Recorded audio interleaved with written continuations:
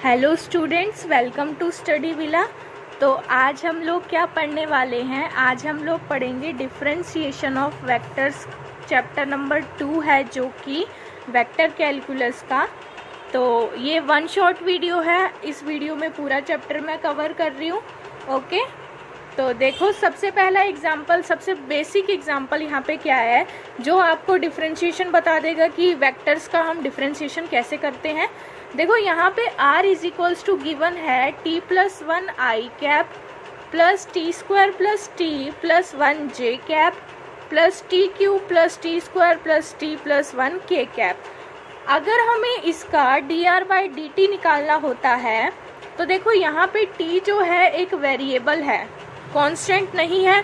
अभी तक हम जो वेक्टर्स के साथ डील कर रहे थे वहाँ पे हम कांस्टेंट्स के साथ डील कर रहे थे, लेकिन यहाँ पे जो आई कैप, जे कैप का और के कैप का जो कांस्टेंट होगा वो वेरिएबल फॉर्म में होगा। तो देखो उसमें हम कैसे निकालते हैं, हमें कुछ भी नहीं करना, हमें सिंपली जो आई कैप का वेरिएबल है उसका अलग डिफरेंशिएशन करना है, फिर आई कैप लिख देना है। ऐसे ही जे कैप लिखना है और जे कैप का डिफरेंशिएशन, फिर के कैप का डिफरेंशिएशन और के लिखना है। तो देखो हमने क्या किया, t+1 था तो t का डिफरेंशिएशन 1 हो जाएगा और 1 का 0 हो जाएगा, तो ये आ जाएगा आई कैप। ऐसे ही t² का 2t हो जाएगा और t का 1 हो जाएगा। ऐसे ही यहाँ पे किया गया। उसके बाद हमें डबल डिफरेंशिएशन भी फाइंड आउट करना था। तो जो हमारा आंसर आया था वेक्टर की फॉर्म में डिफरेंशिएट होके, उसको हमें अगेन डिफरेंशिएट करना है। ओके, नेक्स्ट क्वेश्चन की तरफ बढ़ते हैं। If r is equals to this, show that, ये इक्वेशन सेटिस्फाई होनी चाहिए। क्या कह रहा है, हमें r की वैल्यू तो दे रखी है लेकिन हमें बोला है कि आपको इस इक्वेशन को सेटिस्फाई करना है। तो हमें क्या चाहिए, इसके लिए हमें डबल डिफरेंशिएशन चाहिए। तो हमने क्या किया, पहले r का सिंगल डिफरेंशिएशन निकाला, dr/dt निकाला। ठीक है, तो dr/dt हमारा ये आ गया। कैसे आ गया, पहले cos phi t का निकालेंगे। a यहाँ पे कांस्टेंट है, a को सिंपल रखना है, और b भी यहाँ पे कांस्टेंट है, b को भी यहीं रखना है। फिर dr/dt हमारा कुछ ये आता है, तो हम इसका दोबारा डिफरेंशिएट करेंगे क्योंकि हमें डबल डिफरेंशिएशन चाहिए था। तो ये हमारा ये आ जाएगा। देखो यहाँ 2 बार फाई है तो ये बन जाएगा φ², और ये हमारी जो वैल्यू है दिस इज RA, ये हमारा R था तो ये हो जाएगा φ²R। तो हमने क्या निकाल लिया, हमने ये निकाल लिया कि जो डबल डिफरेंशिएशन है वो नेगेटिव ऑफ φ²R के इक्वल है। अब इस नेगेटिव साइन को इस साइड लेके जाएंगे तो ये पॉजिटिव साइन हो जाएगा, और यही चीज़ हमें प्रूव करनी थी। अब यहाँ पे कुछ प्रॉपर्टीज़ हैं या फिर कह लो कुछ आइडेंटिटीज़ हैं जो हम देखते हैं। A.B अगर फॉर्म में 2 वेक्टर्स दे रखे हैं और हमें उसका डिफरेंशिएशन करना है तो कैसे करेंगे, पहले हमें फर्स्ट वाले वेक्टर का डिफरेंशिएट करना है तो dA/dt हो जाएगा। सेकंड को एज इट इज़ रखना है, प्लस फिर फर्स्ट वाले को एज इट इज़ रखना है और सेकंड वाले का डिफरेंशिएशन करना है। क्या करा हमने, फर्स्ट वाले का differentiation second as it is, सेकंड वाले का differentiation first as it is. उसके बाद r.a, r यहाँ पे चेंज क्यों हो गया, r ये बता रहा है कि जो फंक्शन है वो स्केलर फंक्शन है, वेक्टर नहीं है इस केस में। ठीक है, तो क्या होगा, तो भी सेम चीज़ चलेगी हमारी, dr/dt हो जाएगा, मतलब differentiation of first second as it is, फिर डिफरेंशिएशन ऑफ सेकंड और फर्स्ट एज इट इज़। देखो उसके बाद क्या है, उसके बाद है अगर क्रॉस की फॉर्म में है जैसे कि a×b, तो क्या होगा, differentiation of first cross second as it is plus differentiation of second cross first as it is.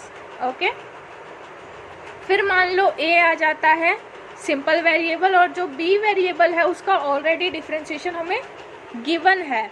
तो उस केस में अगर इनका डॉट प्रोडक्ट का डिफरेंशिएशन हमें निकालना है तो हम क्या करेंगे, हम यहाँ पे सेम चीज़ को फॉलो करेंगे, differentiation of first into second as it is, into in the sense dot, और फिर फर्स्ट एज इट इज़ और डिफरेंशिएशन ऑफ सेकेंड। ठीक है, अगर मान लो यही चीज़ हमारी क्रॉस प्रोडक्ट में आ जाएगी तो भी हमें सेम प्रोसीजर फॉलो करना है, differentiation of first cross second as it is, फिर डिफरेंशिएशन ऑफ सेकंड के साथ क्रॉस प्रोडक्ट लेना है हमें फर्स्ट को एज इट इज़ रख के। ओके, अब देखो यहाँ क्वेश्चन नंबर 1 क्या कह रहा है, क्वेश्चन नंबर 1 कह रहा है कि अगर r की वैल्यू ये है तो भाई प्रूफ करो कि r×dr/dt की वैल्यू ये होगी। अब इसके लिए हमें क्या चाहिए, r तो हमें ऑलरेडी गिवन है, dr/dt ही तो चाहिए। तो हमने क्या करा, हमने r का डिफरेंशिएशन कर लिया विद रिस्पेक्ट टू t, तो हमारा dr/dt निकल गया। फिर हमें चाहिए था लेफ्ट हैंड साइड में r क्रॉस dr/dt, तो हमने r क्रॉस dr/dt निकाला। कैसे निकालेंगे, ये r की वैल्यू हो गई और ये dr/dt की वैल्यू हो गई, हमें इसका क्रॉस प्रोडक्ट लेना है। अब क्रॉस प्रोडक्ट कैसे लेंगे, देखो ये वाली जो वैल्यू है हमारी, इसको हमने इससे मल्टीप्लाई करा तो क्या होगा, i क्रॉस i। जब हम सेम वेक्टर का आपस में क्रॉस प्रोडक्ट लेते हैं तो उनका क्रॉस प्रोडक्ट 0 आता है, वो 0 हो गया तो वो हमने यहाँ पे नहीं लिखा। ऐसे ही j क्रॉस j वाली वैल्यूज़ लिखेंगे तो भी 0 हो जाएगा, इसलिए हमने वो भी यहाँ पे नहीं लिखा। हमने क्या लिखा, इस वाले को हमने पहले इसके साथ कैलकुलेट किया और इस वाले को इसके साथ कैलकुलेट किया। ठीक है, रुको इसे हटाओ, अब क्लियर समझ आएगा। तो देखो यहाँ पे क्या था, यहाँ n नहीं था, यहाँ पे n था, तो ये हो जाएगा n। और ये रुको रुको रुको, देयर इज़ अ मिस्टेक।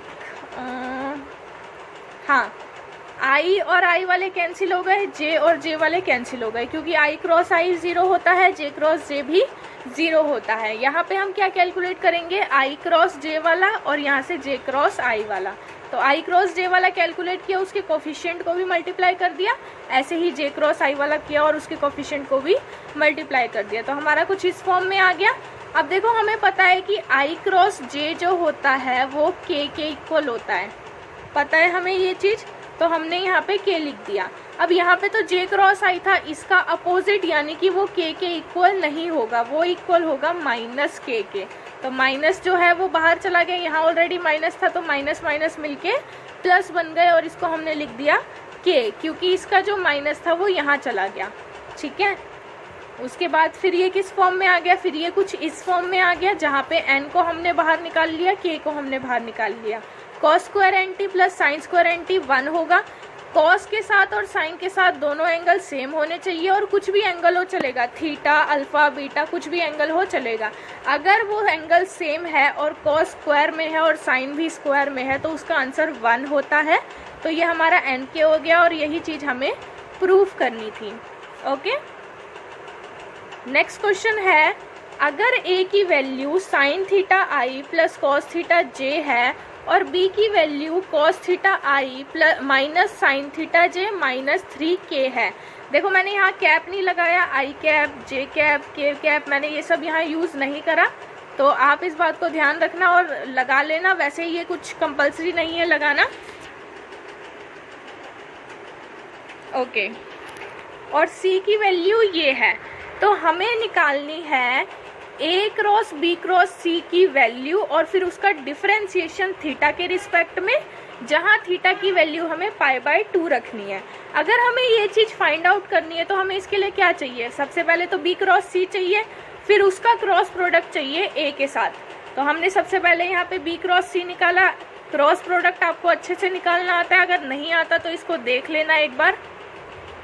फिर इसका क्रॉस प्रोडक्ट निकाला हमने a के साथ, तो हमारा कुछ सिंप्लीफाई करके आ गया ये आ गया हमारा a cross b cross c। ठीक है, फिर हमने इसका डिफरेंशिएशन निकाला थीटा के रिस्पेक्ट में, तो देख लेना साइन थीटा आपको पता ही है, साइन थीटा का डिफरेंशिएशन कॉस थीटा होता है और कॉस थीटा का डिफरेंशिएशन माइनस साइन थीटा होता है। ठीक है, तो आप निकाल ही लोगे अच्छे से। उसके बाद जो हमारा इसका डिफरेंशिएशन निकल के आया उसमें आपको थीटा की वैल्यू π/2 पुट करनी है। ये हमें क्वेश्चन में गिवन है कि आपको थीटा इक्वल टू π/2 पे ही इसकी वैल्यू निकालनी है। तो जहाँ जहाँ थीटा था वहाँ हमने π/2 पुट करके ये आंसर निकाल लिया। ओके, नेक्स्ट क्वेश्चन की तरफ बढ़ते हैं। नेक्स्ट क्वेश्चन क्या कह रहा है, if r cap is the unit vector in the direction of r then prove that. तो हमें ये प्रूफ करना है, क्या कह रहा है कि जो r कैप है वो r की डायरेक्शन का यूनिट वेक्टर है और आपको प्रूफ करना है r cap cross product dr cap by dt और ये इसके इक्वल है। तो इसके लिए हमें क्या चाहिए, इसके लिए सबसे पहले तो हमें r कैप चाहिए। तो हमें पता है कि वेक्टर, कोई भी वेक्टर जो होता है वो किसके इक्वल होता है, मैग्नीट्यूड इनटू उसकी डायरेक्शन के। अगर हम किसी को भी मैग्नीट्यूड को उसकी डायरेक्शन से मल्टीप्लाई कर देंगे तो उसका वेक्टर निकल के आ जाएगा, ये चीज़ हम लोगों को पता है। ठीक है, तो यहाँ से हमने आर कैप की वैल्यू निकाल ली। तो आर कैप की वैल्यू हमारी क्या हो गई, वेक्टर अपॉन उसका मैग्नीट्यूड। ओके, फिर हमने इसका डिफरेंशिएशन किया। इसका डिफरेंशिएशन मतलब इस पूरी वैल्यू का डिफरेंशिएशन, यानी कि ये अब इसका डिफ्रेंशिएशन कैसे होगा, first as it is differentiation of second plus second as it is differentiation of first. हमने यहाँ पे यही किया है, ठीक है। उसके बाद आगे बढ़ते हैं। आगे हमें इन दोनों का क्रॉस प्रोडक्ट चाहिए। पहले हमने देखो सेपरेटली dr/dt निकाला और r कैप निकाला, यहाँ पे देखो। फिर हमने इसका क्रॉस प्रोडक्ट निकाला, तो क्रॉस प्रोडक्ट हमारा ये आ जाएगा। यहाँ पे r क्रॉस r है, लेकिन आप ये ज़ीरो नहीं करोगे। क्यों नहीं करोगे, क्योंकि यहाँ पे वेक्टर r है और यहाँ पे r कैप है, ठीक है। उसके बाद देखो यहाँ पे ये आ गया हमारा। अब देखो r और r कैप, ये जो r है सिंपल ये मैग्नीट्यूड को शो कर रहा है, तो मैग्नीट्यूड को डायरेक्शन से मल्टीप्लाई करेंगे तो ये किसके इक्वल आ जाएगा, ये वेक्टर के इक्वल आ जाएगा, ठीक है। तो हमारा इस फॉर्म में आ जाएगा और यही हमें प्रूफ करना था, ठीक है। आगे बढ़ते हैं। If a is equals to p cos u plus q sin u where p and q are constant vectors, prove that a dot da by du cross product with d square a by du 2 equal to 0।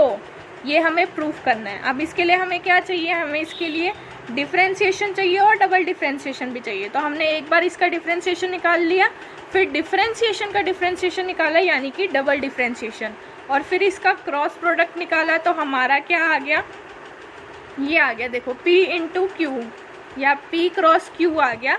फिर हमने इसका dot product निकाला a के साथ, तो a की value put कर दी, a की ये वैल्यू थी और इनका cross product p cross c आया था। अब देखो इस टर्म को हम इससे मल्टीप्लाई करेंगे तो क्या होगा, p डॉट, यहाँ पे डॉट है, p dot p cross q आएगा। ये क्या है, ये स्केलर ट्रिपल प्रोडक्ट है, इसलिए हमने इसको ऐसे लिख रखा है ppq और इसको ऐसे लिख रखा है। अब देखो मैंने आपको बताया था कि जहाँ दो वेक्टर सेम आ जाए वहाँ क्रॉस प्रोडक्ट ज़ीरो होता है, तो इस केस में भी ज़ीरो हो जाएगा, और यहाँ पे भी q दोनों सेम आ रहे हैं तो इस केस में भी ज़ीरो हो जाएगा। तो ओवरऑल इसका आंसर क्या हो जाएगा, ज़ीरो, और यही हमें प्रूफ करना था। ओके, नेक्स्ट टॉपिक हम पढ़ेंगे यूनिट टेंजेंट वेक्टर। अब देखो यूनिट टेंजेंट वेक्टर होता क्या है। मान लो मेरे पास ये देखो ये x एक्सिस है और ये y एक्सिस है, यहाँ पे कोई कर्व है मेरे पास, मान लो इस तरीके का कर्व है, इस पे कोई टेंजेंट है, यहाँ टेंजेंट है मेरा,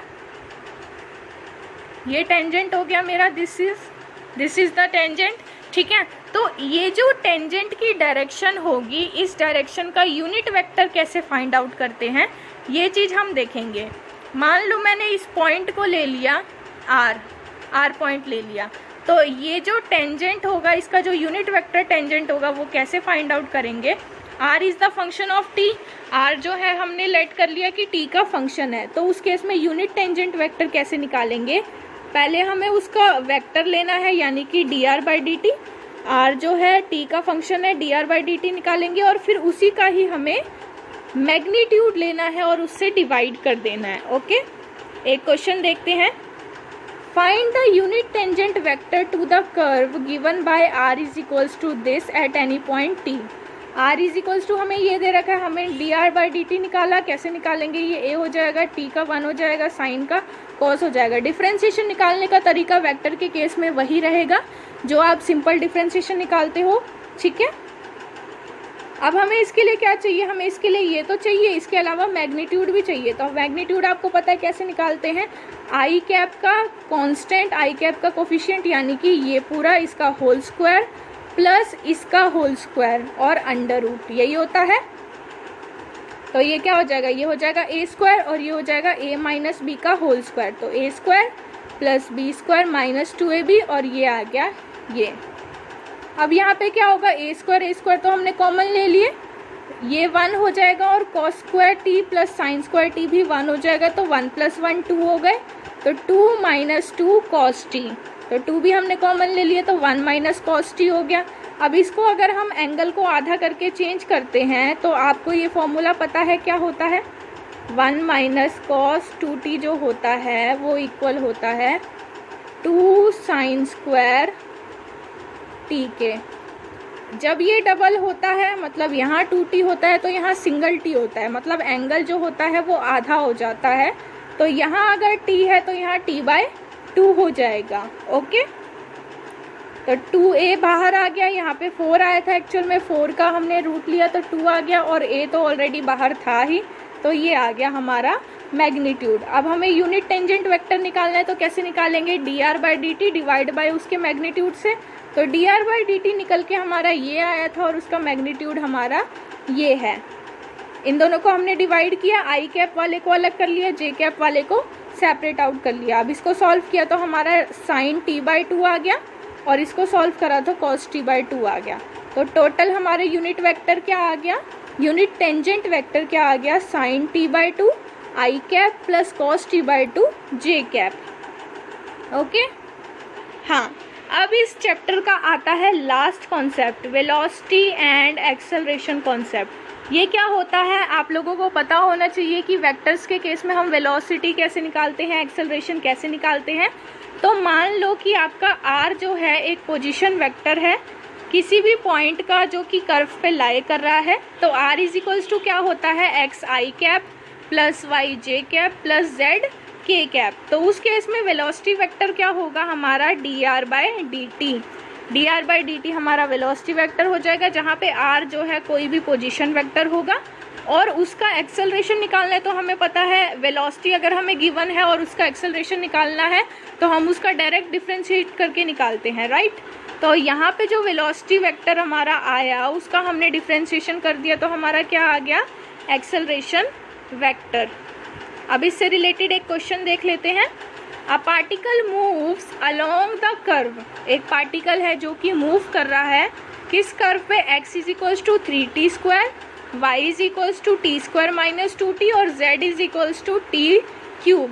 find the velocity and acceleration at t equal to 1। हमें वेलोसिटी और एक्सेलरेशन निकालनी है जब t जो है वो 1 के इक्वल है उस टाइम पे। तो r हमारा ये था, dr/dt निकाला, dr/dt क्या हो जाएगी, हमारी वेलोसिटी हो जाएगी। लेकिन वेलोसिटी हमें t इक्वल टू 1 पे निकालनी है, तो ये तो अभी आई t के टर्म्स में, मतलब वेलोसिटी तो हमें मिली लेकिन इस वेलोसिटी के अंदर t भी आ रहा है। तो उसके लिए हम क्या करेंगे, t की जगह हम 1 पुट कर देंगे, तो हमारी वेलोसिटी वेक्टर ये आ जाएगा। But this is not the answer, हमें एग्जैक्ट वेलोसिटी निकालनी है। एग्जैक्ट वेलोसिटी मतलब वेक्टर नहीं चाहिए हमें, उसका चाहिए मैग्नीट्यूड। तो मैग्नीट्यूड कैसे निकालेंगे, आई कैप का कोफिशिएंट का स्क्वायर यानी कि 36 और के कैप के कोफिशिएंट का स्क्वायर यानी कि 3 का स्क्वायर 9, और इसका रूट ले लिया तो ये क्या आ जाएगा 45। 45 क्या होता है 3√5, ठीक है। और हमें यहाँ पे क्या निकालना था, और हमें यहाँ पे एक्सेलरेशन निकालना था। तो एक्सेलरेशन कैसे निकालेंगे हम, डबल डिफ्रेंशिएशन करके। तो जो हमारा आंसर आया था यहाँ पे उसका हमने डिफ्रेंशिएट कर दिया। ये भी हमें t इज इक्वल्स टू 1 पे निकालना है, तो t की वैल्यू जब हम 1 पुट करेंगे तो हमारा एक्सेलरेशन वेक्टर ये आ जाएगा।